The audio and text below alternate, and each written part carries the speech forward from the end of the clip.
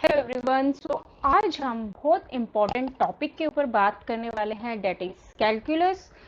आइए देखते हैं कि what actually the calculus is. Basically एक ब्रांच है मैथ्स की, एंड इस ब्रांच को पढ़ने के लिए हमें पहले समझना पड़ेगा इस ब्रांच का मतलब क्या है। तो आप जैसे कि देख रहे हैं, मैथ्स की जो ये ब्रांच है इसका मतलब है चेंज। हम इसके अंदर मेजर करते हैं चेंज को। किसको मेजर करते हैं? चेंज को हम इसके अंदर मेजर करते हैं। ठीक है, किसी भी तरह के चेंज को मेजर करना हम बोलते हैं कैलकुलस। ठीक है, हम कैलकुलस का यूज करते हैं।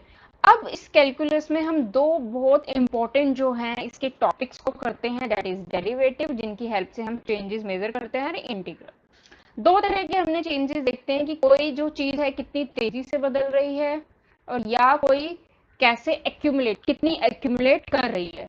जैसे डेरिवेटिव का मतलब होता है कि कोई भी चीज जो है कितनी फास्ट जो है वो बदल रही है, एंड इंटीग्रेशन का मतलब है कि कोई चीज कितनी एक्यूमुलेट हो रही है। बेसिकली हम एरिया से हम इसको रिलेट करते हैं, एरिया जब भी हमें फाइंड करना होता है। अब आपको जान के हैरानी होगी कि दोनों ही कंसेप्ट अलग अलग टाइम पे अलग अलग प्लेसेस पर क्या हुए थे, इंट्रोड्यूस हुए थे। लाइक इंग्लैंड एंड जर्मनी में अलग अलग टाइम पर इंट्रोड्यूस हुए, अराउंड 1600 बीसी, एंड 250 बीसी के अराउंड ग्रीस में ये इंट्रोड्यूस हुए। और दोनों ही कंसेप्ट जो थे एक दूसरे से क्लोजली रिलेटिव थे, ब्लड रिलेटिव थे, के बीच में जो है बहुत गहरा संबंध था, आप ये कह सकते हैं।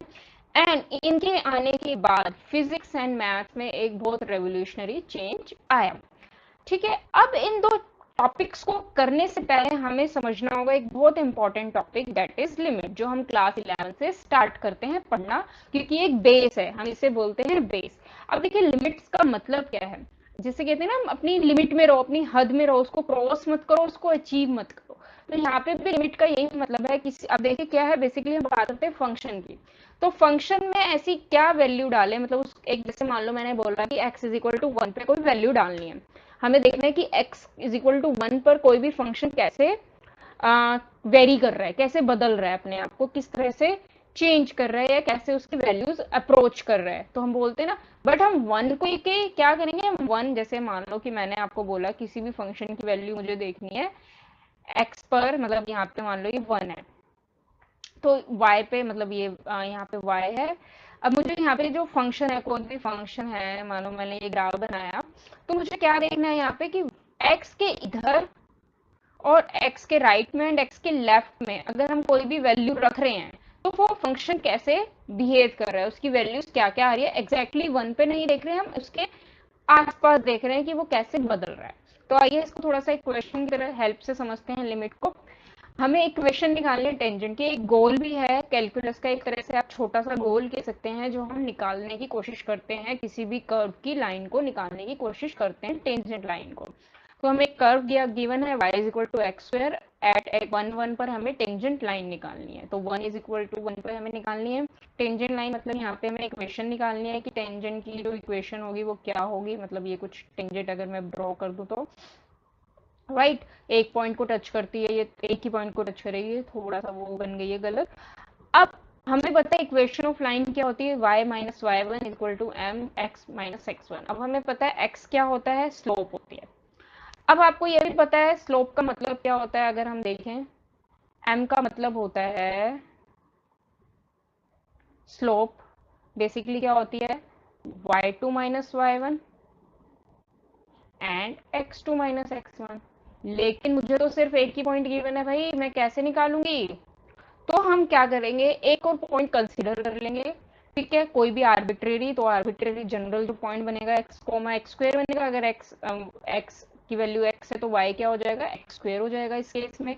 राइट, अब हमें पता है जब इन दो पॉइंट्स को बनाते हैं, ज्वाइन करते हैं किसी भी कर्व में, तो हमें पता है वो क्या बन जाता है, सीकेंट बन जाता है। तो यानी कि हम यहाँ पे क्या कर रहे हैं, एक आइडिया हमने लगाया कि हम स्लोप निकाल लेंगे सीकेंट की, और उसको अप्रोच करने की कोशिश करेंगे टेंजेंट पर, और हम इजीली टेंजेंट की स्लोप निकाल लेंगे। तो हमने वही किया। अब हम यहाँ पे क्या करने की कोशिश कर रहे हैं, हमको स्लोप निकालनी है टेंजेंट के लिए, तो हम यहाँ पहले क्या करेंगे, सीकेंट की स्लोप निकालेंगे। तो हम यहाँ पे लिख लेते हैं, to find the slope of tangent. हमें अगर टेंजेंट की स्लोप निकालनी है तो हम सबसे पहले क्या करेंगे, वी विल फाइंड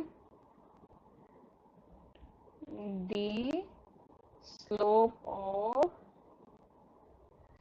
सेकेंड। हम सेकेंड की स्लोप निकाल लेंगे यहाँ पे, क्योंकि हमारे लिए सेकेंड की स्लोप निकालना मच इजियर है। तो देखिए कैसे, तो हम यहाँ पे करते हैं एम सेकेंड, राइट। हमें 2 पॉइंट्स पता है, y2 क्या है हमारे पास, सॉरी यहाँ पे y2 क्या है हमारे पास,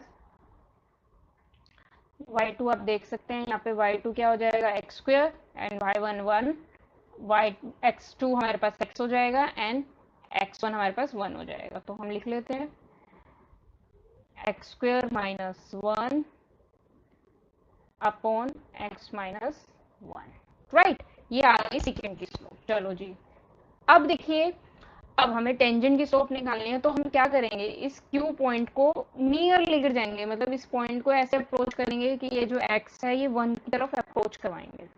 अब जो ये अप्रोच हम करवा रहे हैं, मतलब कि हम क्या करने की कोशिश कर रहे हैं, जैसे जैसे Q पॉइंट को हम P की तरफ लेकर जाएंगे, जितना क्लोज हो सकता है क्लोज लेकर जाएंगे, मच मच क्लोजर। तो ये जो कंसेप्ट आया क्लोजर का, ये है कंसेप्ट लिमिट का, कि हम इतना क्लोज चले जाएंगे बट उसके इक्वल नहीं जाएंगे, हम सिर्फ क्लोज चले जाएंगे।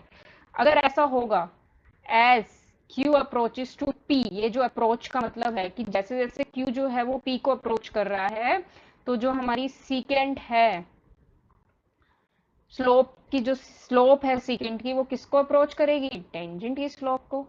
लेकिन हम ये कभी इक्वल नहीं होने देंगे। अगर हमारा x जो है वो बिल्कुल 1 के इक्वल हो गया तो ये तो नॉट डिफाइन हो जाएगा। तो यानी कि x जो है वो कभी भी 1 के इक्वल नहीं होगी, x की जो वैल्यू है वो 1 के इक्वल नहीं होगी, लेकिन उसके आसपास जरूर होगी।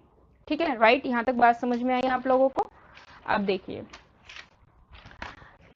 तो यानी कि अब देखिए, अब हमें यहाँ पे वैल्यू तो रखनी है 1, क्योंकि देखिए वैल्यू तो रखकर देखेंगे कि 1 क्या हो, कि कैसे फंक्शन बिहेव करेगा। अब यहाँ पे हम 1 वैल्यू रख नहीं सकते, तो हमें क्या करना पड़ेगा, इसको थोड़ा सा फैक्टराइज कर लेना है हल्का सा, ताकि ये जो डिनोमिनेटर में हमारा 0 बन रहा है इसको थोड़ा सा हम चेंज कर लेते हैं। M second is equal to x minus x1, इसके फैक्टर बना लिए हमने, x plus x1 upon x minus 1। तो फैक्टर बनाने से ये क्या हो गया, हमारा कट गया।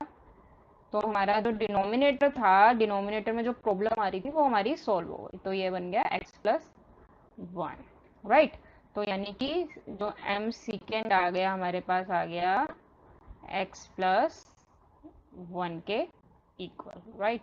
अब हम यहाँ पे इजीली x जो है एक बार 1 रखकर देख सकते हैं। अब आप देखेंगे कि जैसे ही x जो है वो 1 को अप्रोच करेगा, तो ये जो m सीकेंट है, ये इसकी वैल्यू क्या हो जाएगी, 2 के इक्वल हो जाएगी। एंड बेसिकली जो सीकेंट है, स्लोप जो है सीकेंट की, वो किसको अप्रोच कर रही होगी, टेंजेंट की। क्योंकि हमें पता है इस पॉइंट पे तो आके क्या बन रही है, वो टेंजेंट बन रही है इस पॉइंट पे, लेकिन इक्वल नहीं कर रहे हैं हम। तो यानी कि हमें ऐसा दिख रहा है कि जितना जितना हम पी क्यू पॉइंट को पी के क्लोज लेकर आ रहे हैं, वो बेसिकली किसमें कन्वर्ट होती जा रही है, स्लोप बनती जा रही है टेंजेंट की। तो यही हमारा बेसिक कंसेप्ट था लिमिट को लगाने का। ठीक है, तो हमने क्या करा, तो यहाँ पे आप देखोगे, एज x अप्रोचेस टू 1, तो ये किस में कन्वर्ट हो गई, m10 बन जाएगा second, which is equal to 1 plus 1, तो वो हो जाएगी 2 के। तो यानी कि जो स्लोप है टेंजेंट की वो क्या आ गई, 2 आ गई। हमारे पास m की वैल्यू आ गई। अब हम इक्वेशन ऑफ लाइन निकाल सकते हैं। सो इक्वेशन ऑफ लाइन हमारी हो गई y minus 1 to x minus 1। आप ऐसे सोल्व कर लेंगे तो हमारी इक्वेशन ऑफ लाइन क्या आ जाएगी, मोटे मोटे तौर पे मैं आपको बता दूं, y is equal to 2x minus 1। So देखा आपने कि हमने